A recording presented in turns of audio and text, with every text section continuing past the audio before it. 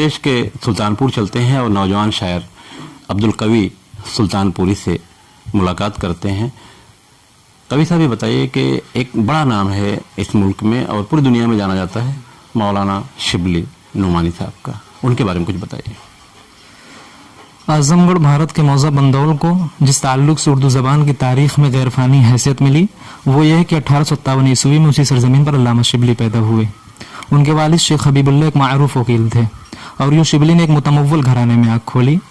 उसके बाद इब्तिदाई तालीम अपने मौजा में हासिल की और फिर गाजीपुर और रामपुर मजीद तालीम हासिल की।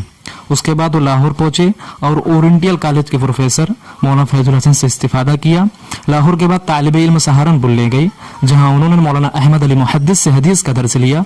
यूँ वाज़ेह होता है कि तहसील इल्म में उन्होंने लगन और मेहनत का भरपूर मुजाहरा किया। 1888 ईस्वी में मौलाना शिबली की सैयद से मुलाकात उनकी ज़िंदगी का एक अहम मोड़ साबित हुई। वो अलीगढ़ में फ़ारसी के प्रोफेसर मुकर्रर हुए। 1888 ईस्वी में मौलाना शिबली की सैयद से मुलाकात उनकी ज़िंदगी का एक अहम मोड़ साबित हुई। वो अलीगढ़ में फ़ारसी के प्रोफेसर मुकर्रर हुए। यहाँ उन्हें प्रोफेसर आरन लंड से कुर्बत का मौका मिला तो उनके हमरा 1892 ईस्वी में कुस्तुनिया चले गए और 6 महीने बाद बलाद इस्लामिया का सफ़र किया। सर सैयद के इंतकाल के बाद शिबली ने अलीगढ़ छोड़ दिया। नहतुल उलमा के नाम से जब मुसलमानों की इस्लाह के लिए एक और इदारा कायम हुआ तो अल्लामा शिबली और मौलाना अब्दुल हक ने उस इदारे के क़वायद ज़वाबित तरतीब दिए। उनकी तहरीक से दारुल उलूम की बुनियाद रखी गई। मौलाना शिबली उसके मुअतमिद मुकर्रर हो गए मगर 1913 ईस्वी में इख्तिलाफात के सबब वो नदवा छोड़कर आजमगढ़ चले गए। उसके बाद उन्होंने अपनी तमाम तवज्जो सीरतुन नबी को मुकम्मल करने पर सर्फ की। 1914 ईस्वी में वो अपने खालिक हकीकी से जा मिले। एक और मसला है, मज़हब इस्लाम जहेज़ की हिमायत नहीं करता। राजस्थान में एक बड़ा मामला हुआ है जहेज़ के ताल्लुक से, तो उस ताल्लुक से क्या कहें? सिर्फ और सिर्फ यही वजह है कि बाप ने उसको जवान होते ही शादी तो कर दी लेकिन जहेज में मोटरसाइकिल, फर्नीचर और गोदरेज की अलमारी नहीं दे सका।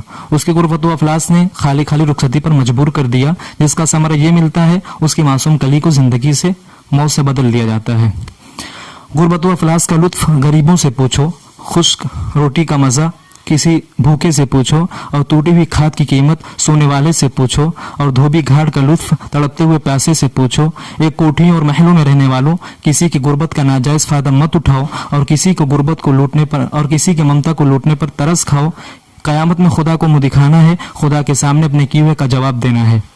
नबी करीम सल्लल्लाहु अलैहि वसल्लम ने निकाह को इतना आसान कर दिया था कि एक टूटी हुई झोपड़ी में रहने वाला इंसान भी उसमें मुतफक्किर नहीं हो सकता। शादी जो कि इबादत और बाहिस जन्नत थी उसको दुनिया परस्त इंसानों ने बाहिस ज़हमत बना ली। जो कि बाहिस रहमत थी उसको बाहिस ज़हमत बना लिया। कोई कहता है मेरा बेटा इंजीनियर है मैं 2 लाख लूंगा, कोई कहता है मेरा बेटा जज है मैं 2 लाख लूंगा, कोई कहता है मेरा बेटा डॉक्टर है मैं 1 लाख लूंगा। मैं कहना चाहता हूँ तालिबान जहेज से, अगर तुम्हारा बेटा इंजीनियर है तो हजरत अली शेर खुदा थे, अगर तुम्हारा बेटा जज है तो हजरत अली फारह खैबर थे, अगर तुम्हारा बेटा डॉक्टर है तो हजरत अली हैदर कर्रार थे। जहेज के पुरस्कारों बताओ तो क्या तुम्हारा बेटा शेर खुदा हजरत अली का मुकाबला कर सकता है? हरगिज नहीं, हरगिज नहीं। किसी ने क्या ही खूब कहा है, हर शहर हर गली में है चर्चा जहेज का, दुनिया में ये रिवाज है अच्छा जहेज का। एक ऐसा माजरा है हजरात देखिए, दामाद मांगता है खैरात देखिए।